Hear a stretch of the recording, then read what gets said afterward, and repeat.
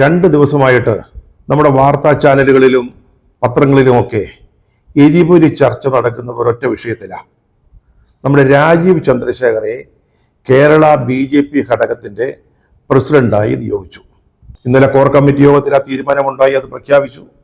ഇനിയിപ്പോൾ അദ്ദേഹം വളരെ ആഘോഷമായിട്ട് സ്ഥാനമേൽക്കുകയാണ്. പലതരത്തിലുള്ള ചർച്ചകളാണ്. രാജീവ് ചന്ദ്രശേഖരൻ ബേസിക്കലി ഒരു ടെക്നോക്രാറ്റാണ്, വ്യവസായിക, ഒരു രാഷ്ട്രീയക്കാരനല്ല. വേരുകളുള്ള, ജനങ്ങൾക്കിടയിൽ ബന്ധങ്ങളോ വേരുകളോ ഉള്ള ഒരു രാഷ്ട്രീയക്കാരനല്ല. അത്തരത്തിലുള്ള ഒരാൾ എങ്ങനെ BJPയെ നയിക്കും? കാരണം BJP ഇപ്പോഴും 3ാം സ്ഥാനത്താണ്. അടുത്ത തവണ ജയിക്കാൻ അല്ലെങ്കിൽ നേട്ടങ്ങൾ ഉണ്ടാക്കാൻ ആഗ്രഹിക്കുന്ന ഒരു പാർട്ടിയാണ്.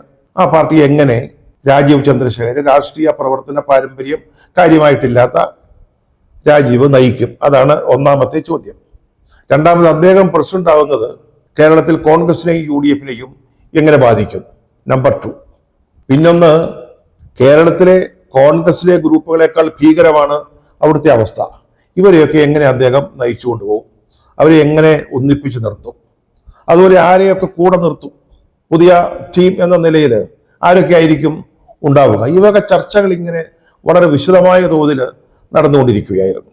ശോഭാ സുരേന്ദ്രനെയും MD രമേശിനെയും ഒക്കെ പ്രസിഡന്റാക്കാൻ വേണ്ടി അഹോരാത്രം പണിയെടുത്ത ആളുകൾ, മാധ്യമങ്ങളടക്കമുള്ളവർ, അവരൊക്കെ ഇപ്പം അല്പം ഒരു നിരാശയിലും അല്പം നിശബ്ദതയിലുമാണ്. പക്ഷേ നേതാക്കളെല്ലാം വന്നു കേട്ടോ. പ്രസിഡന്റാകാൻ ആഗ്രഹിച്ച ആളുകളൊക്കെ വന്നു അദ്ദേഹത്തിന് നോമിനേഷൻ കൊടുക്കുന്ന ചടങ്ങിൽ പങ്കെടുക്കുന്നതിന്. ചിരിച്ചുകൊണ്ട് ഹസ്തദാനം ചെയ്ത് പടമൊക്കെ എടുത്തു. പക്ഷേ ഈ പടം കാണുമ്പോൾ വളരെ കൃത്യമായിട്ടൊരു കാര്യം മനസ്സിലാക്കും. അവസരം വന്നോട്ടെ, 8ന്റെ പണി തന്നേക്കാം എന്നാണ് ഇതിൻ്റെയൊക്കെ അർത്ഥം. നമുക്കൊക്കെ മനസ്സിലാക്കാവുന്നതേ ഉള്ളൂ സംഗതികളുടെ കിടപ്പ്. ഇതിനിടയ്ക്ക് ശോഭാ സുരേന്ദ്രൻ വരാൻ വൈകി, നോമിനേഷൻ കൊടുക്കുമ്പോഴത്തേക്ക് എത്താൻ പറ്റിയില്ല. അതായത് വണ്ടി കിട്ടിയില്ലെന്നാണ് പറഞ്ഞത്, വാഹനം ലഭിച്ചില്ലെന്ന്. അതായത് ഈ ഹൈസിന്ത് ഹോട്ടലിലോ മറ്റോ ആണ് ഇവരുടെ ഈ കോർ കമ്മിറ്റി കൂടിയത്. അവിടുന്ന് തൈക്കാടുള്ള ആഫീസ് നടന്നു വന്നാൽ 5 മിനിറ്റ് മതി. ഇവിടെ വരെ എത്താനാണ് നമ്മുടെ ശോഭ ചേച്ചിക്ക് വണ്ടി കിട്ടാതെ പോയി, അല്പം താമസിച്ചു പോയി. ഇതൊക്കെ ചില സൂചനകളാണ്. അതൊക്കെ നമുക്ക് പിന്നീട് കാണാൻ കിടക്കുന്ന കാര്യങ്ങളാവാം. ഇന്നലത്തെ ഈ തെരഞ്ഞെടുപ്പും കോലാഹലവും കണ്ടിട്ട് 2026 ഒരുപക്ഷെ BJP ജയിക്കുമെന്ന് വരെ തെരഞ്ഞെടുപ്പിൽ, നിയമസഭാ തെരഞ്ഞെടുപ്പിൽ അതുവരെ പ്രവചിച്ച അല്ലെങ്കിൽ അത്തരത്തിലുള്ള ആഗ്രഹങ്ങൾ വരെ പ്രകടിപ്പിച്ച ആളുകളുണ്ട്. സാമൂഹ്യ മാധ്യമങ്ങളിലൊക്കെ ധാരാളം വിശകലനങ്ങൾ വന്നു. അതൊക്കെ ഒന്ന് ഓടിച്ചു നോക്കാൻ സാധിച്ചു. അതിൽ ഏറ്റവും പ്രധാനപ്പെട്ട ഒന്നായിട്ട് തോന്നിയത്, അല്ലെങ്കിൽ ഏറ്റവും കൂടുതൽ ആളുകൾ പങ്കുവച്ച ഒരു നിഗമനം അല്ലെങ്കിൽ ഒരു നിരീക്ഷണം എന്ന് പറയുന്നത്, രാജീവ് ചന്ദ്രശേഖർ പണം കൊടുത്ത് BJPയുടെ കേരള ഘടകത്തെ വാങ്ങി എന്നുള്ളതാണ്. അതിന് കെൽപ്പുള്ള ആളാണ് രാജീവ് ചന്ദ്രശേഖർ. ഒരുപക്ഷെ BJPയിലെ ആദ്യത്തെ 100 ശതകോടീശ്വരന്മാരുടെ ലിസ്റ്റ് എടുത്താൽ അതിൽ പെടുന്ന ഒരാളാണ്. അദ്ദേഹത്തിന് പണം ഒരു പ്രശ്നമൊന്നുമല്ല. അങ്ങനെ അദ്ദേഹം പണം കൊടുത്തു വാങ്ങി. ഏഷ്യാനെറ്റ് എന്ന് പറയുന്ന ഒരു ന്യൂസ് ചാനൽ, അതിനെ നേരത്തെ അദ്ദേഹം പൈസ കൊടുത്ത് സ്വന്തമാക്കിയതാ. അതുപോലെ ഏഷ്യാനെറ്റിന് പിന്നാലെ കേരള BJP ഘടകത്തെ കൂടെ അദ്ദേഹം വിലയ്ക്ക് വാങ്ങി എന്നായിരുന്നു ചില നിഗമനങ്ങൾ. ഏറ്റവും കൂടുതൽ ആളുകൾ പങ്കുവച്ച ഒരു നിരീക്ഷണം അതായിരുന്നു. BJPയിൽ ഇപ്പോൾ അടിസ്ഥാനപരമായിട്ട് പ്രവർത്തകന്മാരുടെ ഇടയിൽ 2 ധാരകളാണ് ഉള്ളത്. അതിലൊന്ന്, പരമ്പരാഗതമായിട്ട് RSSലും ABVPയിലും ഒക്കെ പ്രവർത്തിച്ച് മുന്നോട്ട് വന്ന ആളുകളാണ്. അവരൊക്കെ ഈ രംഗങ്ങളിൽ പ്രവർത്തനം ആരംഭിക്കുമ്പോൾ BJPയുടെ രാഷ്ട്രീയ ഭാവിയെ പറ്റി എന്തെങ്കിലും കണക്കാക്കിയിട്ടോ ആഗ്രഹിച്ചിട്ടോ ഒന്നുമല്ല അതിൻ്റെ പ്രവർത്തകരായതും കഠിനാധ്വാനം ചെയ്തതും.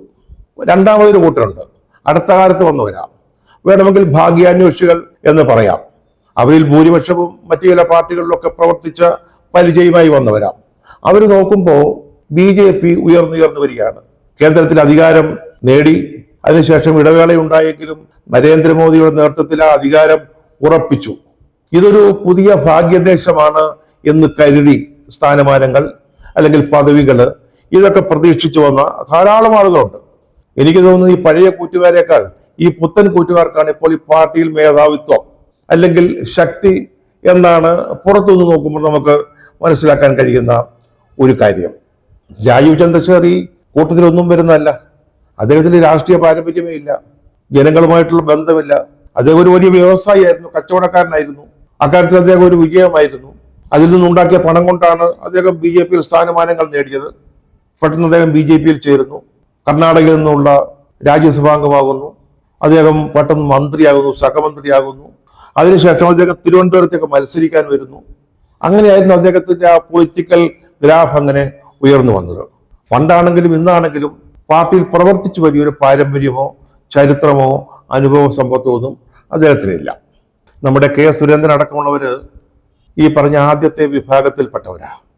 അതിൽപ്പെട്ട ധാരാളം ആളുകൾ പാർട്ടിക്കോ അല്ലെങ്കിൽ RSSനോ വേണ്ടി ഒത്തിരി ത്യാഗങ്ങൾ സഹിച്ചവര്, ജില്ലാ കമ്മിറ്റികൾക്ക് മുകളിലേക്ക് വരാൻ പോലും പറ്റാത്ത ആളുകളുണ്ട്. അവരെയൊക്കെ നയിക്കാനും ഭരിക്കാനുമാണ് ഇപ്പോൾ രാജീവ് ചന്ദ്രശേഖരെ നിയോഗിച്ചിരിക്കുന്നത്.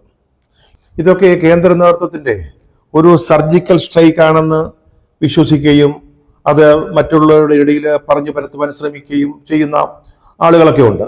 പക്ഷെ എന്തായാലും അദ്ദേഹത്തിന്റെ ഈ കിരീട നേട്ടത്തിന് പിന്നിൽ യാതൊരു സംശയം വേണ്ട, കൈമുതൽ ക്യാപിറ്റൽ എന്ന് പറയുന്നത് അദ്ദേഹത്തിന്റെ പണം തന്നെയായിരുന്നു, അല്ലെങ്കിൽ സമ്പത്ത്, സ്വത്തായിരുന്നു. നേരത്തെയും അങ്ങനെയായിരുന്നു, ഇപ്പോഴും അത് തന്നെയാണ് എന്ന കാര്യത്തിൽ യാതൊരു സംശയമില്ല. അദ്ദേഹം കുറെ പണം കൊണ്ട് BJP നേതാക്കൾക്ക് കൊടുത്ത് ഈ സ്ഥാനം വാങ്ങിച്ചു എന്നൊന്നും പറയുന്നില്ല, അങ്ങനെയല്ല പറയുന്നത്. പക്ഷേ അദ്ദേഹത്തിന്റെ അസറ്റ് എന്ന് പറയുന്നത് ഈ സ്വത്തായിരുന്നു, സമ്പത്തായിരുന്നു. അദ്ദേഹത്തെ BJP-യിലെ RC എന്ന് വെച്ചിട്ട് വിശേഷിപ്പിക്കുന്നുണ്ട്. അതായത് കോൺഗ്രസിലെ RC ഉണ്ട്, രമേശ് ചെന്നിത്തല. ആ RC പോലെ ഇവിടെ BJP-യിൽ മറ്റൊരു RC രാജീവ് ചന്ദ്രശേഖർ ഉയർന്നു വരുന്നു. ചെവിയിൽ കൂടെയുള്ള നായർ വിഭാഗത്തിൽ പെടുന്ന ആളാണ്. ഒരു ഈഴവ പ്രസിഡന്റിനെ വെച്ചുകൊണ്ട് ഇനി കൂടുതൽ നേട്ടങ്ങൾ ഉണ്ടാക്കാൻ കഴിയില്ല എന്ന കേന്ദ്ര നേതൃത്വത്തിന്റെ വിശ്വാസത്തിലായിരിക്കാം ഒരുപക്ഷെ, അല്ലെ അവരുടെ അങ്ങനെയുള്ള ചിന്തയുടെ ഭാഗമായിട്ടായിരിക്കാം അദ്ദേഹം വന്നത് എന്ന് ഈ പറയുന്നതിൽ നമുക്ക് ഊഹിക്കാൻ പറ്റും. പക്ഷെ അദ്ദേഹത്തിന്റെ കാര്യത്തിൽ ഈ RC എന്നുള്ളത് വേണമെങ്കിൽ നമുക്ക് തിരിച്ചിടാം. ദാറ്റ് മീൻസ് CR എന്ന് പറഞ്ഞാൽ ക്രോർസ്, കോടികൾ. ഈ ക്രോർസ് ആണ് അദ്ദേഹത്തിന്റെ ഈ സംസ്ഥാന പ്രസിഡന്റ് സ്ഥാനത്തേക്കുള്ള യാത്രയിൽ ഏറ്റവും കൂടുതൽ സഹായിച്ചത്. അദ്ദേഹം ഇപ്പോൾ പ്രസിഡന്റായിട്ട് ചുമതലയേറ്റു. മനോഹരമായ ഒരു ഓഫീസ് അവിടെ പണിതിട്ടുണ്ട് പുതുതായിട്ട്. മാരാർ സ്മാരകം പണിതത് സുരേന്ദ്രന്റെ കാലത്ത്. അതിന് വിയർപ്പൊഴിക്കുന്നത് അദ്ദേഹമാണ്. പണമൊക്കെ കേന്ദ്രത്തിൽ നിന്നാണ് വന്നത്. BJP-ക്ക് അവരുടെ കേന്ദ്ര ആഫീസാണെങ്കിലും സംസ്ഥാന ആഫീസാണെങ്കിലും ജില്ലാ കമ്മിറ്റി ആഫീസാണെങ്കിലും പണിയുന്നത്, അല്ലെങ്കിൽ അതിന് നേതൃത്വം കൊടുക്കാൻ പ്രത്യേക ഒരു സെല്ല് തന്നെ കേന്ദ്ര നേതൃത്വത്തിലുണ്ട്. അവരുടെ സംഭാവന കൊണ്ടോ അല്ല അവിടുന്ന് കിട്ടിയ പൈസ കൊണ്ടാവാം, ഇവിടെയും പൈസ ഉണ്ടാക്കിയിട്ടുണ്ടാകും. പക്ഷേ അതിൻ്റെയൊക്കെ പുറയിൽ നിന്നത് നമ്മുടെ സുരേന്ദ്രനായിരുന്നു. അദ്ദേഹത്തിന് അവിടെ ഒരു ദിവസം പോലും പ്രസിഡന്റിന്റെ കസേരയിൽ ഇരിക്കാൻ പറ്റിയില്ല എന്ന ഒരു ദുഃഖ യാഥാർത്ഥ്യവും ഇതിനോടൊപ്പം പറയേണ്ടതുണ്ട്. പണ്ട് കോൺഗ്രസിന് ഇതുപോലെ സംഭവിച്ചിട്ടുണ്ട്. ഇന്ദിരാഭവൻ പണിഞ്ഞത് മുരളിയുടെ കാലത്ത്, K. മുരളീധരൻ പ്രസിഡന്റ് ആയിരിക്കുമ്പോഴാണ്. മനോഹരമായ ഒരു വിങ് അതിന് ഉണ്ടായി പുതുതായിട്ട്. പ്രസിഡന്റിനുള്ള ഒരു ആഘോഷമായ മുറി തയ്യാറായി. പക്ഷെ അവിടെ ഇരിക്കാൻ അദ്ദേഹത്തിന് അവസരം കിട്ടിയില്ല. അതുപോലെയാണ് K. സുരേന്ദ്രന്റെയും കാര്യം. ഇങ്ങനെ ധാരാളം കമന്റുകൾ സോഷ്യൽ മീഡിയയിലും മറ്റും ഉണ്ടായെങ്കിലും എനിക്ക് ഏറ്റവും ഇഷ്ടപ്പെട്ടത് അശോക് കർത്ത എന്ന് പറയുന്ന ഒരു ഫേസ്ബുക്ക് സുഹൃത്ത് ഇന്നലെ പോസ്റ്റ് ചെയ്ത ഒരെണ്ണമാണ്. ഈ അശോക് കർത്ത അങ്ങനെ നേരിട്ട് പരിചയമൊന്നുമില്ല, പരിചയപ്പെടാൻ ആഗ്രഹിക്കുന്ന ഒരാളാണ്. ഫേസ്ബുക്ക് സുഹൃത്ത് എന്ന നിലയിലുള്ള ബന്ധമാണുള്ളത്. അദ്ദേഹം ഇടയ്ക്ക് ഇങ്ങനെ ചില കുറിക്ക് കൊള്ളുന്ന കീറലുകൾ കീറാറുണ്ട്. അതിലൊന്നാണ് ഇന്നലെ ഉണ്ടായത്. അദ്ദേഹം രാജീവ് ചന്ദ്രശേഖരെ വിശേഷിപ്പിക്കുന്നത് ഡബ് ചെയ്ത് ടെലിവിഷൻ ചാനലുകളിൽ പ്രദർശിപ്പിക്കുന്ന ഒരു സീരിയലോ ഒരു സിനിമയായിട്ടാണ്. അതായത് ഏഷ്യാനെറ്റ് അടക്കമുള്ള ചാനലുകളിൽ ഹിന്ദി സിനിമകളും ഹിന്ദി സീരിയലുകളും ഡബ് ചെയ്ത്, അതായത് മൊഴിമാറ്റം നടത്തി ചാനലിൽ സംപ്രേഷണം ചെയ്യും. ഇവിടെ മൊഴിമാറ്റത്തിനുള്ള ചിലവേ സംഭവിക്കുന്നുള്ളൂ, അല്ലെ ഉണ്ടാവുന്നുള്ളൂ. ബാക്കിയൊക്കെ ലാഭമാണ്. ബാക്കി കിട്ടുന്ന പരസ്യമൊക്കെ ഈ സിനിമാക്കാർക്ക് അതിൻ്റെ നിർമ്മാതാക്കൾ കൊടുക്കുന്നവർ നക്കാപ്പിച്ചു കഴിഞ്ഞാൽ ബാക്കിയെല്ലാം ലാഭമാണ്. അതുതന്നെയാണ് രാജീവ് ചന്ദ്രശേഖരെ പ്രസിഡന്റായി നിയമിച്ചതിൽ BJP-യുടെ കേന്ദ്ര നേതൃത്വം സ്വീകരിച്ച ഒരു തന്ത്രമെന്നാണ് നമ്മുടെ കർത്താവ് പറയുന്നത്. കർത്താവ് പറയുമ്പോൾ ഒന്ന് ശ്രദ്ധിക്കണം, അത്തരത്തിലൊരാളാണ് കർത്താവ്. അദ്ദേഹത്തിൻ്റെ ഒരു നിഗമനം എന്ന് പറയുന്നത്, ഇവിടെ ഇപ്പോൾ ആര് BJP-യുടെ പ്രസിഡന്റായിട്ടും പ്രത്യേകിച്ച് കാര്യമൊന്നുമില്ല, ആർക്കുമാകാം. അപ്പോൾ നമ്മുടെ രാജീവ് ചന്ദ്രശേഖരെ ആക്കുകയാണെങ്കിൽ ചില്ലറയ്ക്ക് വേണ്ടി, അല്ലാതെ ചക്രത്തിന് വേണ്ടി ആരുടെയും അടുക്കളപ്പുറത്ത് പോയി കാത്തു നിൽക്കേണ്ടി വരില്ല. അപ്പം ഉള്ളതിൽ ഭേദം രാജീവ് ചന്ദ്രശേഖർ എന്ന നിലയിലാണ് അദ്ദേഹത്തെ നിയമിച്ചതെന്നാണ് അശോക് കർത്തായുടെ ഒരു നിഗമനം. അതുപോലെ രാജീവ് ചന്ദ്രശേഖർ ഒരു പോരാളി ആയതുകൊണ്ടാണ് അദ്ദേഹത്തെ പ്രസിഡന്റ് ആക്കിയതെന്നാണ് മറ്റൊരു വിശകലനം. അത് ശരിയാ, പോരാളിയാണ്. ആ പോരാളിയായ രാജീവ് ചന്ദ്രശേഖരൻ നമ്മൾ കാണുന്നത് ഈ കഴിഞ്ഞ ലോക്സഭാ തെരഞ്ഞെടുപ്പിൽ തിരുവനന്തപുരത്താണ്. അദ്ദേഹം വിചാരിച്ചത് ഇവിടെ വന്ന് ശശി തരൂരിനെ തോൽപ്പിച്ച് BJPയുടെ ഒരു കേന്ദ്രമന്ത്രിയാവാം. അതിനുവേണ്ടിയുള്ള പോരാട്ടത്തിന് വേണ്ടിയാണ് അദ്ദേഹം തിരുവനന്തപുരത്തേക്ക് വന്നത്. അതിൽ അദ്ദേഹം കുറേയൊക്കെ വിജയിക്കുകയും ചെയ്തു. വെറും 16,077 വോട്ടിന്റെ വ്യത്യാസത്തിലാണ് അദ്ദേഹം ശശി തരൂരിനോട് തോറ്റത്. ഇതിന്റെ പിന്നിലും നേരത്തെ പറഞ്ഞ ഒരു കാരണം തന്നെയാണ്. RC മറിച്ചിട്ടാൽ കിട്ടുന്നത് CR, അതായത് ക്രോർസ്. ഇനിയിപ്പോൾ രാജീവ് ചന്ദ്രശേഖർ എന്തു ചെയ്യും എന്നുള്ളതിനെ കുറിച്ചൊക്കെ ചില വിശകലനങ്ങൾ കേട്ടു. ശരിയാണോ എന്നറിയില്ല. അദ്ദേഹം അടുത്ത നിയമസഭാ തെരഞ്ഞെടുപ്പിൽ നേമത്ത് മത്സരിക്കും. അവിടെ നിന്നാണ് ആദ്യമായിട്ട് BJPക്ക് നിയമസഭയിൽ അക്കൗണ്ട് തുറക്കാൻ സാധിച്ചത്, നിയമമണ്ഡലത്തിൽ നിന്ന്. ഇനി ഈ നിയമസഭയിലേക്ക് അദ്ദേഹം അവിടെ നിന്ന് മത്സരിക്കും. മറ്റൊന്ന് കേൾക്കുന്നത്, ഏതെങ്കിലും കാരണവശാൽ ശശി തരൂർ MP സ്ഥാനത്ത് നിന്ന് പോവുകയാണെങ്കിൽ, അതൊക്കെ കണക്കുകൂട്ടല കേട്ടോ, ശരിയാവണമെന്നൊന്നുമില്ല. അപ്പോൾ അദ്ദേഹം ഇവിടെ മത്സരിക്കും, അപ്പോൾ ജയിക്കും, കേന്ദ്രമന്ത്രിയാവും. അവിടെയാണ് ഈ പ്രശ്നം കിടക്കുന്നത്. അദ്ദേഹം പ്രസിഡന്റ് ആവുന്നതിൻ്റെ ഒരു പ്രശ്നം അവിടെയാണ്. അദ്ദേഹത്തെ സംബന്ധിച്ചോളം കേരളം ഒരു ചീള് കേസാണ്.